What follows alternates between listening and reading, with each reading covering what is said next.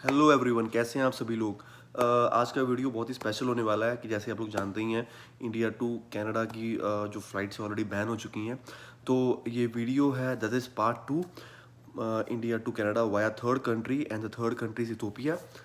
Already मैंने part one में India to Ethiopia का सारा डिटेल्स के साथ जर्नी अपनी एक्सप्लेन कर दी है। This is the second video. इस वीडियो में आप जानने वाले हो कि इथोपिया टू कनाडा की जर्नी मेरी कैसी रही, क्या क्या क्वेश्चंस मुझसे इमिग्रेशन में पूछे गए, क्या क्या डॉक्यूमेंट्स लगे, कैसी फ़्लाइट थी, कैसा खाने का, everything everything I am going to share with you. So don't miss this video, last तक देखना इस वीडियो को। Let's start this video. जैसे कि मेरी 4 जून को मेरी फ़्लाइट थी इथोपिया टू कनाडा रात को 10:50 पे। तो मैं 3 जून नाइट 12 बजे ऑलरेडी पहुंच गया था इथोपिया। तो मेरा 1.5 दिन का ऑलमोस्ट स्टे था इथोपिया में। तो मैंने मेरी जो 4 जून को फ़्लाइट थी रात को 10:50 पे, और मेरा जो चेकआउट टाइम था होटल से दैट इज़ 1 बजे था। तो मैं 1 बजे चेकआउट करके देन आई एयरपोर्ट चला गया।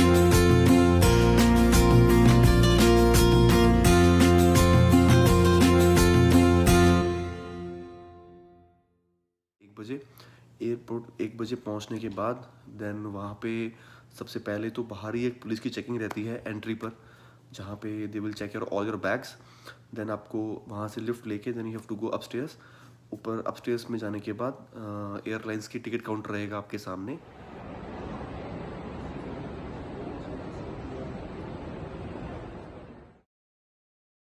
पहले तो बाहर ही एक पुलिस की चेकिंग रहती है एंट्री पर, जहाँ पे they will check your all your bags.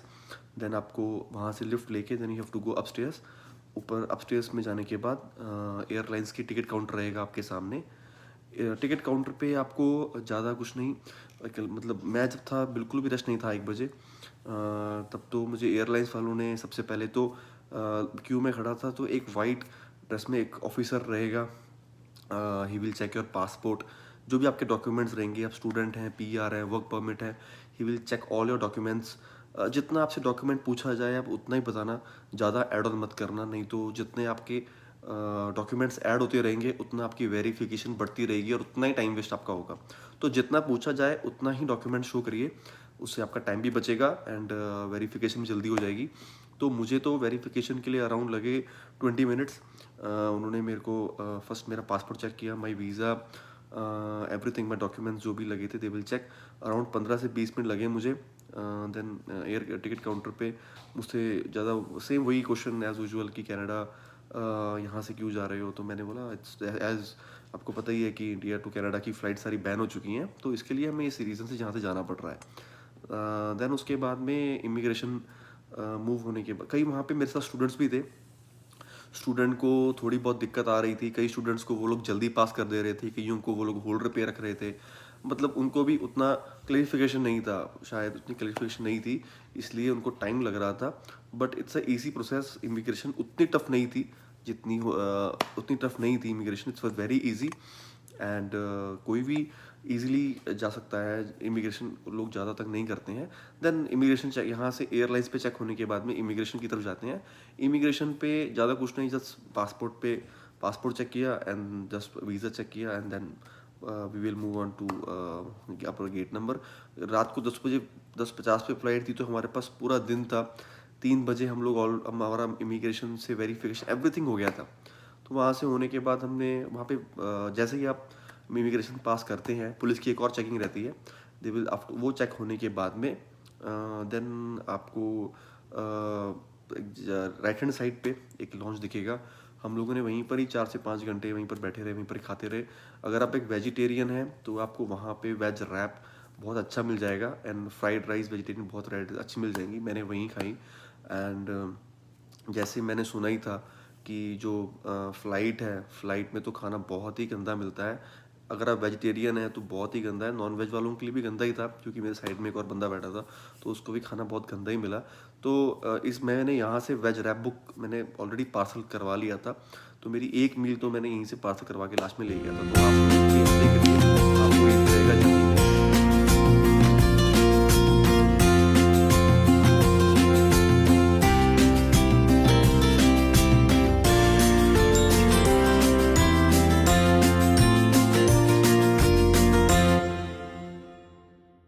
Journey में। एंड 10:50 फ्लाइट थी, और जब हम रात को कुछ 9 बजे मैंने गेट क्रॉस किया। 9 बजे गेट क्रॉस करने के बाद में जब एक और वहाँ पे फिर से 2 बार पुलिस की चेकिंग और बार हुई। एंड फिर एक और बार आपके फिर से डॉक्यूमेंट, कुछ ऐसे ही 2 लेडीज़ बैठी थी, तो उन्होंने फिर से वेरिफिकेशन किया, फिर से सारे डॉक्यूमेंट्स चेक किए। एंड वहाँ पे बहुत ज़्यादा रश था। फ्लाइट फुल थी, almost full, it was almost full, पूरी भरी हुई थी। इंडियंस मुझे तब कम थे, बट और कंट्रीज़ के लोग भी बहुत ज़्यादा थे। फ्लाइट पूरी फुल थी। तो और इथोपिया टू कनाडा की जो फ़्लाइट है, that is 16 hours of journey, 16 hours की जर्नी रहेगी। उसमें after 8 hours from Ethiopia to Canada में, जब 8 आवर्स की जो फ्लाइट हो जाती है, तो वो लोग दुबलिन में फॉर रीफ्यूलिंग के लिए 45 मिनट्स का स्टे करते हैं। वहाँ पे सिर्फ क्रू चेंज होगा। उसके अलावा जो भी नए बंदे या फिर हम लोगों को लेओवर करने की कोई ज़रूरत नहीं है। हम लोग प्लेन में बैठे रहेंगे, जस्ट रीफ्यूलिंग रहेंगी और क्रू चेंज होगा। And after 16 hours of journey, finally we reach to Canada.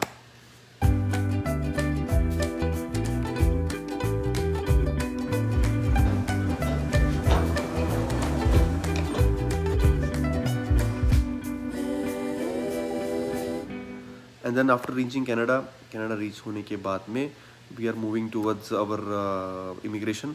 सबसे पहले तो आपको इमिग्रेशन पे आपका पासपोर्ट चेकिंग, आपका RT-PCR test they will check, जहाँ पे पासपोर्ट की वेरिफिकेशन रहती है, वो सब चेक करने के बाद then we will move to the second thing. जो सेकेंड थिंग में हम लोग क्या करेंगे, वहाँ पे आपका ओवरऑल आपसे पूछा जाएगा 14 डेज का क्वारंटाइन प्लान। एंड आपका RT-PCR टेस्ट, जो भी आपका लास्ट कंट्री से आप लोग ट्रैवल करके आए हो, और आपका अभी address, everything they will going to ask you. And अगर आप PR हैं तो that will be easy for you. अगर आप स्टूडेंट हैं, they will ask some more questions, but it was very easy for student also. कुछ problem नहीं थी। अगर आप लोग वहाँ पे सोशल डिस्टेंस बना के रखोगे, ऑफिस वगैरह वगैरह, थोड़े मैंने सुना है, मेरे साथ तो ऐसा नहीं हुआ, वहाँ पे लोगों के साथ नहीं हुआ हमारी फ्लाइट में जो लोग आए थे, बट प्रीवियस फ्लाइट में लोगों को डांटा गया है, क्योंकि दे सेड कि आप लोग सोशल डिस्टेंस मेंटेन नहीं कर रहे हो, ऑलरेडी इंडिया से आए हुए हो। तो please try to maintain social distance, behave good, ताकि आपको ऑफिसर्स लोग ज़्यादा क्वेश्चंस ना करें, आपको ज़्यादा उनको मजबूर मत करिए कि आपको वो लोग डांट सकें। तो be nice. And after that checking we are moving towards immigration. Immigration पे they just ask my PR and all. अगर आप स्टूडेंट है तो दे विल आस्क और योर पेपर्स, आपका कॉलेज वगैरह, कॉलेज के papers, travel document, everything they will going to ask you. Immigration was also very smooth, कुछ प्रॉब्लम नहीं आई। एंड देन तीनों यहाँ पे अराउंड 1 से 2 घंटे लग ही जाते हैं, बहुत रश था। Then after clearing this all things, then we will finally moving to the back luggage claim. Luggage claim में 15 से 20 मिनट लगे लगेज लेने के बाद। Then we are going now towards our covid test. अगर कोविड टेस्ट करवाने से पहले स्विच हेल्थ वेबसाइट पे जाके लॉगिन अपना रजिस्टर करवा लेना, ताकि वहाँ पे आपका टाइम वेस्ट ना हो। वहाँ पे आपको स्विच हेल्थ में जब आप रजिस्ट्रेशन करवाओगे तो आपकी ईमेल आईडी पे एक कंफर्मेशन नंबर आएगा, कंफर्मेशन ईमेल आएगा आपको। वो कंफर्मेशन ईमेल आपको वहाँ पे शो करना है। Then they will directly send to covid test. Covid test करवा के जस्ट 5 से 10 मिनट लगेंगे max to max. They are doing really very fast. अगर आपको स्विच हेल्थ पे लॉगिन किया है तो रियली फास्ट, अदरवाइज बहुत टाइम लगने वाला है। वो करवाने के बाद देन आपको होम किट दी जाएगी, जो आपकी 8th डे पे आपको घर पे खुद से चेक करनी है। एंड आप लगे देन उसके बाद में आपको जाना है आपके होटल की तरफ, जो आपने गवर्नमेंट की तरफ से अकोमोडेशन पे आपको लिया होगा 3 डेज़ क्वारंटाइन के लिए। वहाँ पे लेने के बाद 3 डेज़ क्वारंटाइन आपको जहाँ पे जाना है, शटल्स आपकी बाहर रहेंगी ऑलरेडी। आपको जो एयरपोर्ट का क्रू है वो आपको हेल्प करेगा आपके शटल तक जाने के लिए। They are providing just they will, वो लोग पूछेंगे आपसे, जस्ट से देम आपका होटल नाम क्या है, आपका होटल एड्रेस क्या है। They will provide you your shuttle and easily you can go to.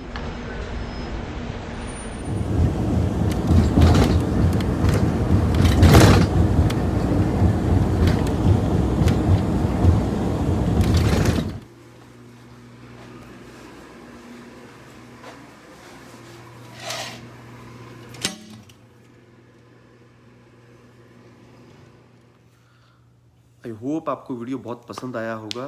अगर आपको कुछ डाउट है या क्वेश्चंस हैं आपके, आप भी इस रूट से ट्रैवल करने वाले हैं, तो प्लीज़ कमेंट सेक्शन बॉक्स में जाके अपने क्वेश्चंस आप पूछ सकते हैं। अदरवाइज़ मेरी इंस्टाग्राम आईडी लाली फिटनेस पे जाके भी मुझे मैसेज करके personally you can ask anything, I will clear all your doubts.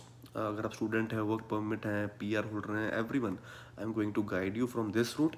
It's a very safe route, आप लोग इजीली ट्रैवल कर सकते हैं। मेक श्योर आपके डॉक्यूमेंट्स पूरे रहने चाहिए। एंड अगर आपको वीडियो पसंद आई हो, प्लीज़ लाइक करिए, मेरे चैनल को सब्सक्राइब करिए। एंड जैसे कनाडा में तो जिम्स अभी बंद हैं, जैसे ही खुलेंगे I will start my workout. And आपको फिटनेस से जो भी मेरे I will continue my fitness journey then.